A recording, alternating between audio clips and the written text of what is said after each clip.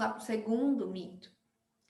O segundo mito é que uma criança de sucesso é uma criança que está acima da média. Está muito relacionado principalmente com a cultura americana, né? Que eles têm lá um sistema muito rígido.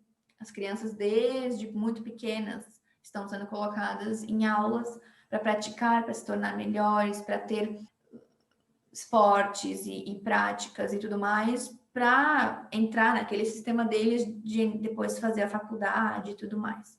Então, é muito comum isso. Aqui a gente também tem isso.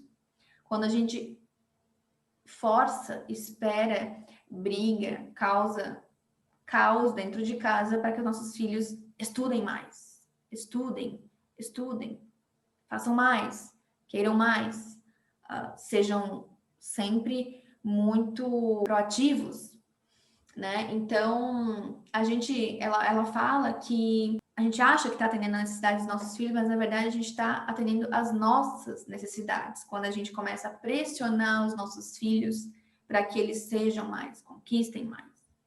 É a nossa própria ansiedade e a nossa própria falta de confiança em quem eles autenticamente são e quem eles autenticamente querem se tornar, que faz com que a gente queira controlar tanto isso e forçá-los tanto a ser acima da média. É muito comum a gente se gabar, né, do filho que é muito bom aluno, que ganhou a medalha tal e que tudo mais. Ok? Não é proibido isso, não é ruim de forma nenhuma. Contanto que não comprometa a autenticidade daquela criança, contanto que ela não esteja fazendo aquilo em busca de aprovação, em busca de aceitação, em busca de um olhar e uma valorização. Porque o que acontece muito e muito é que a gente aprende a valorizar a nós mesmos enquanto seres humanos pelas conquistas, por estar ou não acima dos outros. Isso é muito sutil, mas acontece. A gente aprende, a gente vai ser feliz, vai ter sucesso, vai vencer na vida se a gente fizer muito, estiver acima da média. E aí a gente vai meio que colocando de lado aquelas coisas que a gente gosta, mas que não são consideradas coisas que vão nos trazer essa grande valorização, essa grande, né, visualização. E aí a Shefali tem uma forma de falar sobre isso muito interessante para ajudar os pais a entenderem, né, o quão relevante é essas questões de escola e tudo mais.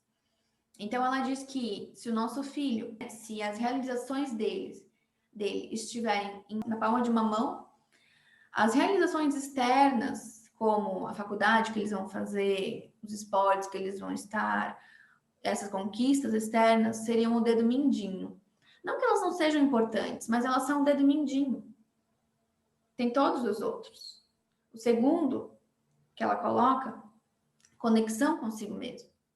Quem ensina seus filhos lá desde o início? Que escola, né? Algumas ensinam, graças a Deus, hoje em dia, mas na nossa geração, que escola ensinava conexão consigo mesmo? Depois, conexão com a família, conexão real com a família, e não apenas passar tempo juntos, fazendo tarefa ou limpando a casa. Não que isso não possa ser um momento de conexão, mas muitas vezes a gente, enquanto pais, a gente passa tempo com os nossos filhos e a gente não está vivendo aquele tempo, a gente está fazendo aquele tempo com eles. Né? Então, conexão real, estar aberto emocionalmente para o que esse filho vai trazer e para ouvir coisas que não são tão agradáveis de ser ouvidas sem colocar vergonha e culpa nessa criança. Depois, senso de comunidade. Se a gente tivesse na nossa sociedade hoje senso de comunidade, aprender a viver em comunidade, quantos problemas iriam ser resolvidos, né? Se aquela pessoa que está lá, de repente, envolvida na política, vou dar o exemplo da política, e percebe que o sistema é todo falho e resolve entrar nisso e pegar a sua parte, vamos dizer assim, né? Como eles justificam. Se essa pessoa entendesse que quando ela faz isso, ela está causando uma onda na sociedade, na comunidade, ela causa uma onda que afeta ela mesma também, ela pensaria 2 vezes. A Dinamarca é um país, tem um livro muito legal que fala sobre a Dinamarca, que é Crianças Dinamarquesas. E faz um estudo sobre por que lá eles são as pessoas mais felizes do mundo. E lá se fala muito do senso de comunidade.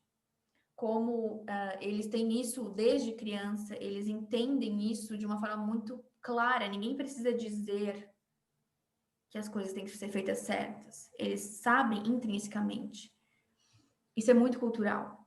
E o último seria o propósito, né? Quem é ensinado a se conectar com o seu propósito de verdade? Quem sabe o que isso significa para começo de conversa?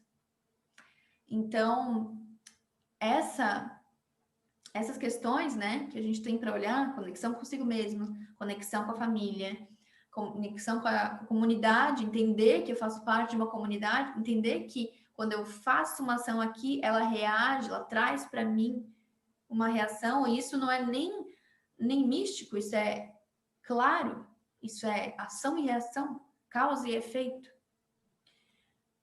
Mas a gente está totalmente desconectado, a gente não está conectado nem com a primeira parte, a conexão com nós mesmos. Quanto mais entender a família, a comunidade, e quanto mais ter uma noção de propósito na vida. O que a gente quer, o que a gente persegue é ser feliz e ter sucesso. Então, essa é a crítica aqui. O que significa, na verdade, ser feliz? Ninguém, na verdade, sabe direito isso. Ter sucesso, o que significa ter sucesso? Isso vai depender para quem tu conversar, para quem tu perguntar. Vai depender do nível de consciência da pessoa, vai depender de N coisas. Agora, ter um propósito, quando você tem um propósito, quando você entende você mesmo, quando você está conectado com algo maior, com a comunidade, com a sua família e com esse propósito, estar feliz é secundário. Em que sentido que eu estou falando isso? Não é que você não vai estar feliz. É que não é mais a grande busca. A grande busca já está ali, não existe busca para ser feita. Você já está inteiro. Você não precisa ficar buscando nada. E você aceita o quando você não está feliz. Aceita o dia que rola uma pereba das grandes, eu chamo pereba, com o pessoal dos grupos de estudo, que são aqueles momentos difíceis que a gente está lidando com alguma coisa, quando vem alguma questão importante, alguma sombra para a gente lidar, que a gente fica mal, fica para baixo, fica num estado meio deprimido e quer ficar, de repente, debaixo das cobertas por um tempo para processar aquilo. Isso a gente chama das perebas nos grupos, que é para desmistificar isso. Porque a gente tem uma ideia de que se a gente não está feliz, está tudo errado. Isso é uma prisão. É uma prisão, porque a vida, né, é as ondas. A vida é esses altos e baixos. É entender um pouco aqui, soltar um pouco ali, sofrer um pouco aqui, curtir um pouco lá. Só que a gente fica com esse paradigma de que se a gente não tá feliz, tem algo errado. A gente vai falar um pouquinho mais pra frente sobre isso.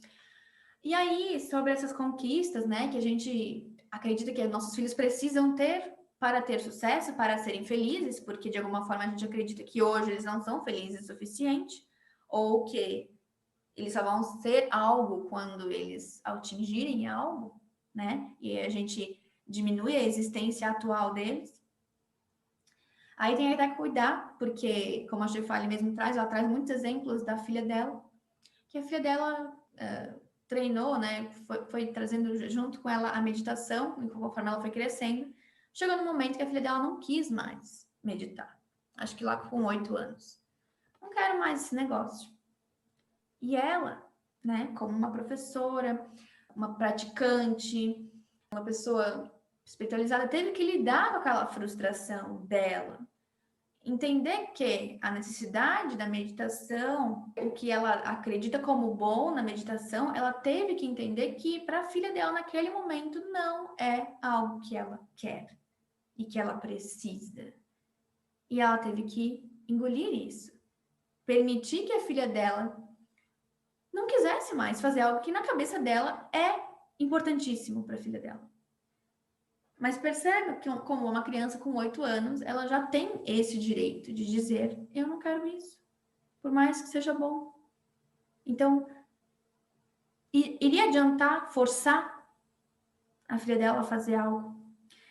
Então, tem que cuidar, porque aí a gente acredita assim: não, mas beleza, então eu não preciso forçar meu filho a ficar tirando notas 10 sempre, mas meditar é muito importante, então eu tenho que dar uma forçada. Qualquer coisa que a gente esteja forçando sobre eles, a gente está não permitindo o espírito natural deles de dizer o que eles querem. A vida deles, a gente toma posse, né, dos nossos filhos. E a gente tem que começar a mudar esse paradigma. Eles vêm através de nós, mas a vida é deles. E eles têm sim o direito de fazer escolhas que para nós podem não ser as melhores. E isso é um aprendizado para nós. Eu, de vez em quando, tento, né, com minha filha, a gente dormindo, indo dormir, e eu digo: filha, vamos respirar um pouco, vamos, né, eu tento fazer umas coisas com ela, e ela: não quero respirar, mãe. E aí, se fosse há um tempo atrás, né, a Cláudia, super controladora, iria insistir, dar um jeito, pesquisar como convencer seu filho a respirar, sabe? Então, às vezes é tão simples, é só confiar, que quando estiver no momento dela, ela vai saber procurar o que ela precisa. Se eu empodero o meu filho desde o começo para que ele esteja conectado com ele mesmo, a pessoa sabe o que ela precisa, ela sabe como buscar. Se eu permito que meu filho tenha confiança em mim, saiba que toda vez que ele chegar para mim com uma questão, eu não vou querer controlar aquilo, eu não vou querer salvar ele, eu não vou querer aplicar um sermão, ele vai chegar para mim e vai compartilhar comigo quando ele precisar. Mas a gente fica nessa atmosfera de ansiedade em cima dos nossos filhos, querendo controlar cada passo. Porque é isso que nos é passado como papel de pai e mãe. E desmistificar isso é um trabalho ativo. As pessoas acham que largar o controle é um trabalho passivo. Ah, então agora eu estou liberando tudo e não estou fazendo mais nada. Não, exige uma força, exige um trabalho diário para que você esteja sempre conectado com a sua sabedoria maior, com a sua consciência maior, para que você, mesmo com todo o ego desesperado ali na tua cabeça, dizendo: você não pode permitir isso, essa guria não vai dar nada na vida, não vai ter trabalho, não vai ter coisa, vai morar contigo até os 50 anos. Você tem que saber olhar para esse pensamento e dizer: não, você não vai me comandar hoje, porque eu confio na sabedoria maior do meu filho. Então, isso é um trabalho extremamente exaustivo de fazer todos os dias, principalmente quando a gente tem um condicionamento tão bem feito, tanto pelos nossos pais, quanto pela sociedade, quanto pela nossa própria responsabilidade de não ter ido atrás disso antes ou de não ter sabido disso antes. Não para colocar culpa em nada disso, mas para entender que a gente tem a escolha de continuar perpetuando discursos, supostas verdades, supostos jeitos de ser, sempre foi assim. A gente tem essa oportunidade, a gente pode ir atrás de fazer diferente, de viver diferente, de talvez não precisar ser tão caótico quanto costuma ser. Mas isso é uma progressão e é um trabalho, né? É um músculo que a gente vai aprendendo a construir. Eu coloquei uma frase aqui, ela diz no livro, né? Pais e Mães Conscientes, ela coloca: quando estamos cegos pelo passado ou ansiosos com o nosso futuro, perdemos as oportunidades que são evidentes aos olhos da sabedoria, mas invisíveis à mente superlotada, excessivamente analítica. Muito legal que vocês sejam uma turma, né? Praticantes aí, estejam aprendendo, né? A sabedoria do yoga, e e essa questão da meditação, porque a única forma da gente realmente sair um pouquinho do caos e da automação da nossa mente, automatização da nossa mente, é realmente nos conectando com a respiração, né? Essa é uma... A gente está chegando dentro do curso agora nessa etapa, né, de entender a meditação a fundo, o papel dela. E a Shefali, como uma psicóloga, né, também conectada com a área da ciência por trás das coisas, então ela une a sabedoria oriental com a psicologia ocidental, ela traz isso como o nosso ego, né? Essa construção que a gente tem, essa falsa identidade que a gente cria para sobreviver. O nosso ego está sempre dizendo coisas, suspirando coisas no nosso ouvido. Então, muitas vezes a gente toma decisões que não são alinhadas com o que a gente realmente quer, com o nosso eu autêntico. Porque ele está o tempo todo falando. E a gente se perde do que a gente realmente quer dentro dessa desconexão toda que a gente vive. Muito assustador quando a gente percebe, ao mesmo tempo libertador. Entender que tem uma saída. E aí, quando você pratica a respiração, a conexão, e se permite se colocar num lugar onde os meus pensamentos não me definem, e realmente eles não me definem, porque a maioria deles é simplesmente condicionado, plantado, não é nosso de verdade. Quando a gente se permite estar lá e deixar os pensamentos irem e virem como se fossem trens, né? Que às vezes a gente tem as meditações que sugerem isso. Você é a estação. Os pensamentos que vêm e vão são os trens. Eles não são a estação. Eles passam. E você precisa permitir que eles passem. O que a gente faz? Passa um trem, cai nos pedaços, a gente pula dentro. É isso que a gente faz. A gente não se permite ser a estação. Então, na meditação, esse é o grande trabalho, né? Falando agora cientificamente e psicologicamente, esse é o trabalho. É sair dos trens, pular fora dos trens malucos que estão indo e vindo, trazendo um monte de informação e desinformação, e entender que nós somos a estação e que existem informações dentro de nós que são realmente o que a gente quer. A famosa intuição, famoso sexto sentido. A gente, no fundo, sempre sabe o que a gente realmente quer, mas a gente está acostumado a acreditar no pensamento, no primeiro que vem. E a gente pula nele, vive ele, e ele se torna a nossa realidade. E a gente acredita que a gente é aquilo que a gente pensa. Então, essa é uma coisa importante da gente desmistificar, porque é o que vai acontecer quando a gente estiver lidando com nossos filhos. Quando a gente estiver lidando no automático, irritados, com aqueles discursos durante o dia, né, não examinados, a primeira coisa que vai acontecer é o nosso filho fazer alguma coisa, porque eles estão ali existindo, eles não estão ali para nos servir e para nos acalmar. Esse é o nosso trabalho. A gente vai pular para cima deles e vai projetar neles tudo isso que a gente não consegue lidar.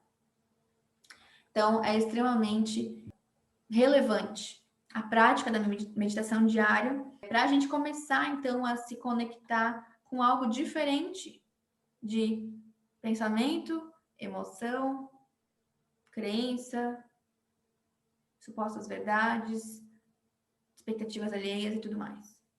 Começar a cultivar esse eu essencial.